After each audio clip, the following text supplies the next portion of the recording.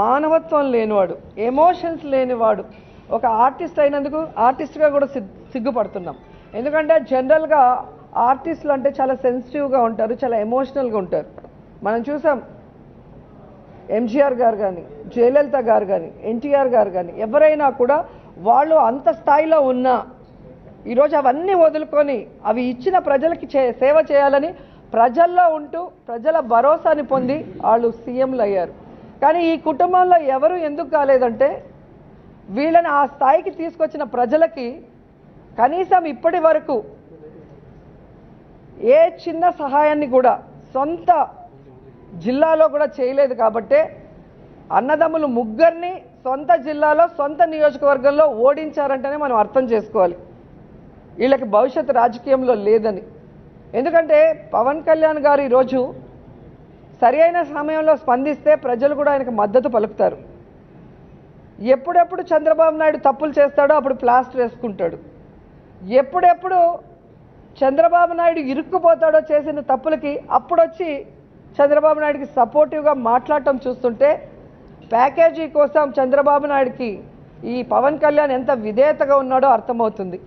ఎందుకంటే ఈ మధ్య కాలంలోనే మీరు చూశారు ఇప్పటంలో ఏ విధంగా అయితే ప్రభుత్వ భూమిని అక్రమంగా ఆక్రమించుకొని గోడలు కడితే నోటీసులు ఇచ్చి ప్రజల ఓకే అన్నాక వాటిని కొట్టడానికి పోతే ఏదో ఇల్లు కొట్టేసినంత హంగామా మీడియాలో చేసి అక్కడికి రౌడీలాగా కారు మీద కాళ్ళు చెప్పుకొని వెళ్ళి ఇంటికో 1,00,000 ఇచ్చిన పవన్ కళ్యాణ్కి మొన్న కందుకూరులో 8 మంది చనిపోయినప్పుడు నిద్రపోతున్నాడా?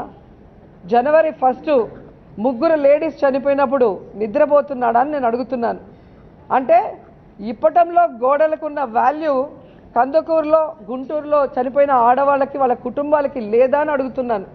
కనీసం పరామర్శించలేదు, 10 పైసలు సహాయం చేయలేదు. కానీ ఈరోజు జీవో నెంబర్ 1 రాగానే మా గొంతు నొక్కేస్తారా అంటున్నారు. మీ గొంతు ఎవరు నొక్కారయ్యా? ఎక్కడ చూసినా అబద్ధాలు మాట్లాడటం, జగన్మోహన్ రెడ్డి గారి మీద విషం చెమ్మటం తప్ప మీరు ప్రజలకు ఉపయోగపడేది ఏం చేస్తున్నారు? జగన్ గారు ఏం ఇచ్చిన వాగ్దానం చేయలేదో చెప్పట్లేదు.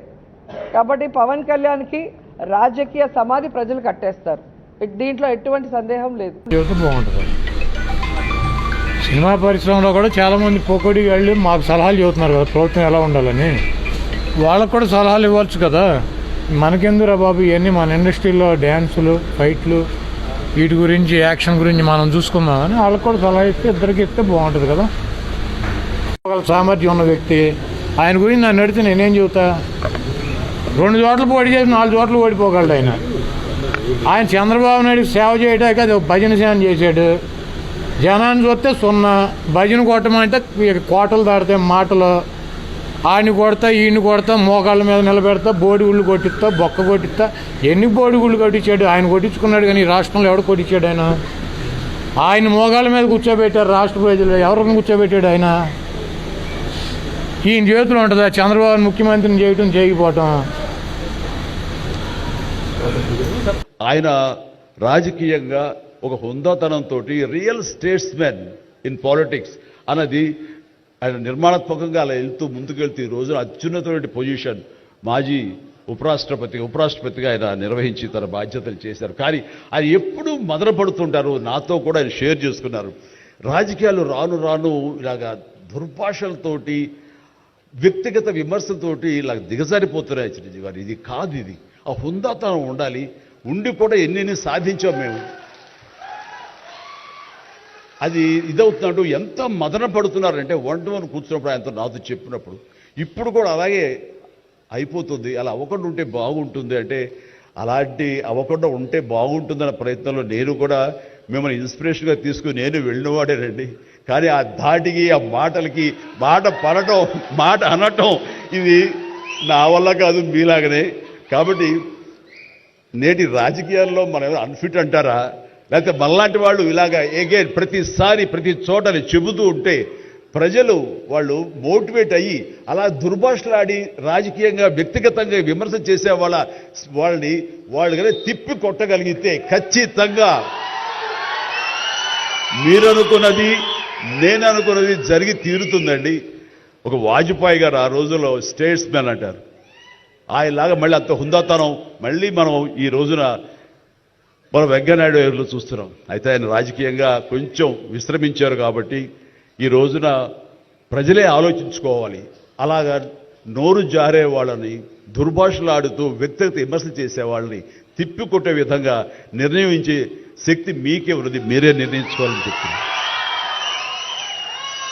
ఈ రోజున రకరకాల రంగాలకు సంబంధించినటువంటి గొప్ప గొప్ప వ్యక్తులు వాళ్ళు గుర్తింపు వస్తుందా రాదా అని కాదు, అది వాళ్ళ ఇంట్రెస్ట్ కొద్ది. ఈ రోజున ఇక్కడ ఒక్కొక్కడు శిల్పకళాకారులు ఉన్నారు, అలాగే కొన్ని art forms of village rural సంబంధించిన వాళ్ళు ఉన్నారు, సమయ గారు ఇట్లాగా అలా రకరకాల కవులు ఉన్నారు. వీళ్ళందరూ కూడాను ఆ పనులు చేసుకుంటూ వెళ్ళిపోయి అదే మా జీవితం, అదే మా ధ్యేయం అంటూ అలా ముందుకు వెళ్ళిపోయే దీంట్లో ఈ రోజున ప్రభుత్వాలు గుర్తించి వాళ్ళకి పద్మశ్రీ అవార్డులు ఇవ్వటం అన్నది, పద్మ అవార్డుతో గౌరవించుకోవడం అన్నది ఈ సందర్భంగా నేను వాళ్ళ గుర్తించినటువంటి భారత కేంద్ర ప్రభుత్వానికి నేను మనస్ఫూర్తిగా నా అభినందనలు తెలియజేస్తాను, నా సంతోషాన్ని వ్యక్తపరుస్తాను.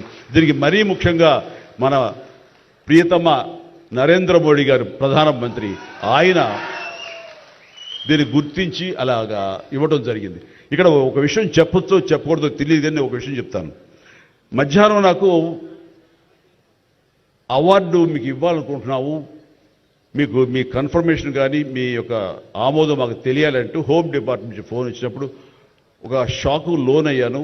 అప్పటికి ముందు నుంచి స్పెక్యులేషన్స్ ఉన్నాయి కానీ నాకు ఇవన్నీ కూడా వస్తాయి లేవు అనే దాని మీద ఎప్పుడో మీమాంస ఉండేది నాకు. వాళ్ళు చెప్పగానే సంతోషించాను. సో ఈవినింగ్ ఎన్నింటికి వస్తుందని వాళ్ళు 6-7 o'clock వస్తుంటే అప్పటి నుంచి అలా టీవీలు ముందు కూర్చున్నాను. సో కొంతసేపు చూసేసరికి రాలేదు ఆ వచ్చినాయి అని గబగ నేను సర్దుకొని కూర్చుంటే ముందు పద్మశ్రీ అవార్డులు ఒక 34-36 వచ్చినాయి. ఆ తర్వాత నెక్స్ట్ మందే కదా అనుకుంటూ అందరూ సర్దుగా రెండు పిల్లలు గొడవ చేయకుండా కూర్చోండి రే ఇష్యూగా నా పేరు వస్తుంది అంటే కూర్చాను. అరగంట అయింది రాలేదు, గంట అయింది రాలేదు, గంటన్నర అయింది. ఆహా ఓరి బాబోయ్ ఏంటిది, ఏదైనా మళ్ళీ ఏమైనా మారుస్తారా, మనకి వచ్చే అవకాశం లేదని చిన్న మీమాంసలో ఉన్నారు. ఆ తర్వాత వచ్చిందనుకోండి. ఆ తర్వాత ఇదే డౌట్ నేను మన వెంకయ్యనాయుడు గారి ఇంటికి వెళ్ళి నేను ఆయన గౌరవంగా ఆయన సన్మానించుకున్నప్పుడు ఆయన ముందు చెబితే ఇదంతా కూడా నరేంద్ర మోడీ గారు ఒక ఆలోచన అండి. పద్మశ్రీ అవార్డులు చాలా బడుగు బలహీన వర్గాలకు సంబంధించినటువంటి చిన్న స్థాయి కళాకారులకు వచ్చింది. ఒకేసారి వెంకయ్యనాయుడు గారి పేరు, చిరంజీవి పేరు, పద్మ సుబ్రహ్మణ్యం పేరు, వైజయంతిమాల బాలి పేరు వస్తే కనుక అది సుస్పష్ట, అది ప్రముఖంగా వేసేస్తారు. అలా వేసినప్పుడు వీళ్ళ గురించి ఎవరు చెప్పుకుంటారు? కాబట్టి వీళ్ళ గురించి చెప్పుకోవాలి అంటే గంటన్నర టైం మధ్యలో గ్యాప్ ఇవ్వండి. గంటన్నర వరకు వాళ్ళ గురించి చర్చ జరుగుతుంది. వాళ్ళు ఎవరు అంటారు, ఇక్కడ సమ్మయ్య ఎవరు, ఆచార్య గారు ఎవరు, ఇలా పేర్లని చెప్పుకుంటూ వాళ్ళ గురించి ఆలోచిస్తారు, చర్చించుకుంటారు. వాళ్ళకి గుర్తింపు వస్తుంది. అది రిజిస్టర్ అయిన తర్వాత దెన్ చిరంజీవి వెంకయ్యనాయుడు గారు డబ్బు ఇష్టం అన్నారు. అది నిజంగా గొప్ప ఆలోచన, గొప్ప ఇది. వారి గురించి తెలుసుకున్న తర్వాత నాకు నరేంద్ర మోడీ గారి మీద గౌరవం మరింత పెరిగింది ఆయన చిన్న ఆలోచించి. సో ఇలాంటి సన్మానం జరగటం అన్నది నాకు నిజంగా అత్యంత గౌరవంగా భావిస్తాను. నా జన్మ సార్థకమైందని భావిస్తున్నాను. ఎన్నో కార్యక్రమాలు చేశాను. ఇది సినిమాల్లో రాణించిన కూడా సినిమాల్లో ఎంతో ప్రప్రథమ స్థానంలో ఎన్నో సంవత్సరాలు దశాబ్దాలుగా ఉండటమే కాకుండా ఆర్టిస్ట్కి సామాజిక బాధ్యత, సామాజికటువంటి సేవ చెయ్యాలి. అది నేను అనుకోను కాదు, ఏమీ కాదు, నాకు అనిపించి నా అభిమానులు అందరూ కలిపి వాళ్ళు ఎంతసేపు